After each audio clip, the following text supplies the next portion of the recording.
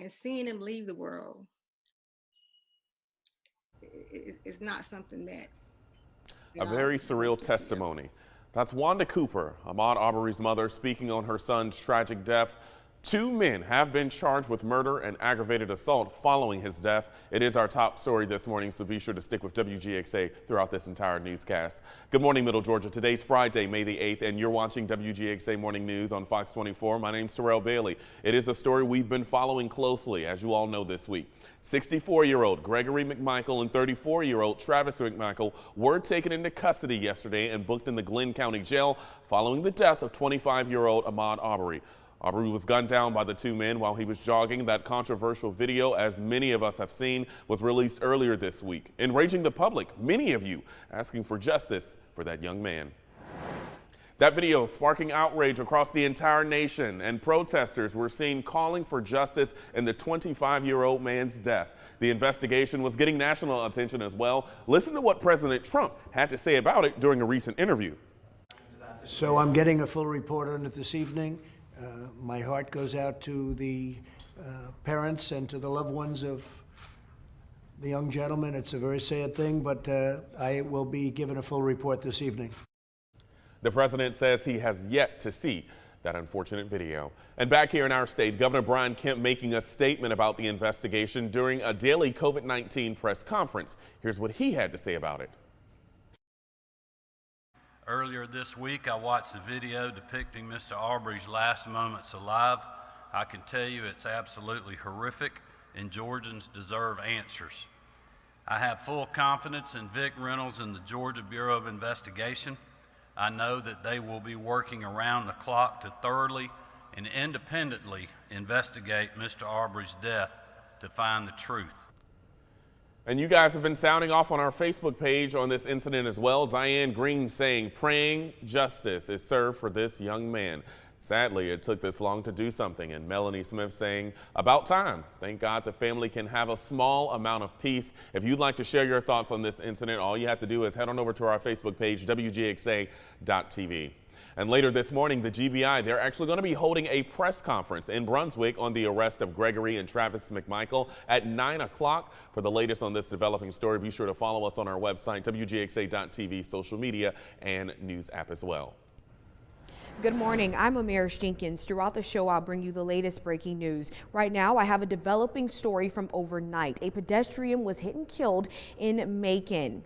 Now, the Bibb County Sheriff's Office says the accident happened at the Tom's Mart on Mercer University Drive. The call came in around 9 p.m. after witnesses reported what they saw. The victim was riding with two passengers to the store when in the parking lot, he got out of the vehicle. The driver decided to pull into a parking space, but the man who got out thought the driver was leaving him behind. As the driver pulled forward, he ran back towards the vehicle, attempted to open the rear door, stumbled, and fell under the vehicle. The vehicle then rolled over the victim. He was taken to the hospital where he later died. Now, the victim's identification has not been released, and this accident is still under investigation. There's no word on if that driver will be charged. Back to you. Thanks for that update, Amaris. Right now, the time is 7:03. Let's go ahead and take a look at the coronavirus numbers to see how they're standing this morning. According to Johns Hopkins Coronavirus Resource Center, the world is approaching 4 million confirmed cases, with the current number sitting at 3.8 million. In America, right now, we are still in the 1.2 million range with 72,000 deaths, but the recovery situation around the world improves every single day. This morning, more than 1.2 million people have recovered from this virus, and 195,000 of them, they're right here in America. Now for our statewide numbers, the Peach State looking at over 31,000 confirmed coronavirus cases, and deaths in the state now sitting at 1,352 after 25 new deaths were reported yesterday. Let's take a closer look at the data from the Georgia Department of Public Health. Their data shows that African Americans are the most affected race, making up 36% of those infected in the state, while whites make up 30% of cases. Taking a closer look shows that African Americans and whites make up nearly all of the deaths, with African Americans making up 49% and whites at 45%. And here in Middle Georgia, we have now seen over 3,100 confirmed coronavirus cases and unfortunately more deaths, with now 182 deaths from COVID-19. Last week, seeing confirmed cases go up by 358, but this week we saw an improvement with only 300 new cases. Sumter County, as you all know, has been and still is the most affected in Middle Georgia. They're sitting at 388 cases and 29 deaths. Bibb is in second place with 379 coronavirus cases and 14 deaths. Meantime, Houston County follows them both with 278 cases and 15 deaths. Well, hey there. We have finally made it to the weekend. I'm pretty sure you're excited if you want to go outside and just go take a stroll or cook on the grill. And Mother's Day is coming up this Sunday. So Gary, go ahead and take it away and let everybody know what we can expect this weekend. Well, good morning, Terrell. Good morning, everybody. You hit the nail on the head with that, Terrell. It's going to be a beautiful weekend, and Mother's Day is looking great as well. Let's go ahead and take a look at what's happening right now. This is at downtown Dublin from our Wilson Bryant Heating and Air Skycast Network. Temperature a little chilly again for this time of year, down to 45 degrees, but we have mostly clear skies over there. And the clouds will be on the increase today, bringing in a little bit of rain for this evening and tonight. We'll talk about that a little bit later on. But right now, looking at some temperatures, we have 53 in Atlanta, 51 up in Rome. Here in the mid-state, we're at 46 in Macon, and Alma down there in southern Georgia, 45, and Valdosta also at 45 degrees. Can you believe these temperatures here for this time of year in May that we are, of course, we're all running below normal.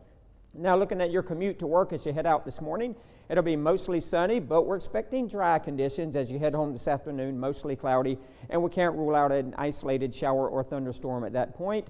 And that will be our story for today, increasing clouds. And again, that possibility of a few isolated showers or storms today, and they will continue into early night tonight as another cold front moves through our area. Temperatures will be warming up, though, from the 50s to the mid-70s across our area, and we'll be going into the mid-70s for high temperatures today. Now, looking at our next weather maker, the frontal system that'll be bringing a chance of showers in here for this evening into tonight. And the good news is high pressure clears us out. But right now, the weekend and Mother's Day is looking pretty good.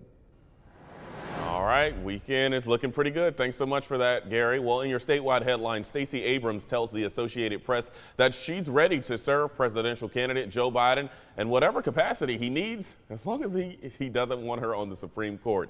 Abrams is a lawyer and former state lawmaker who, if you remember, back in 2018, narrowly missed becoming the first African-American female governor in American history when she lost to Brian Kemp.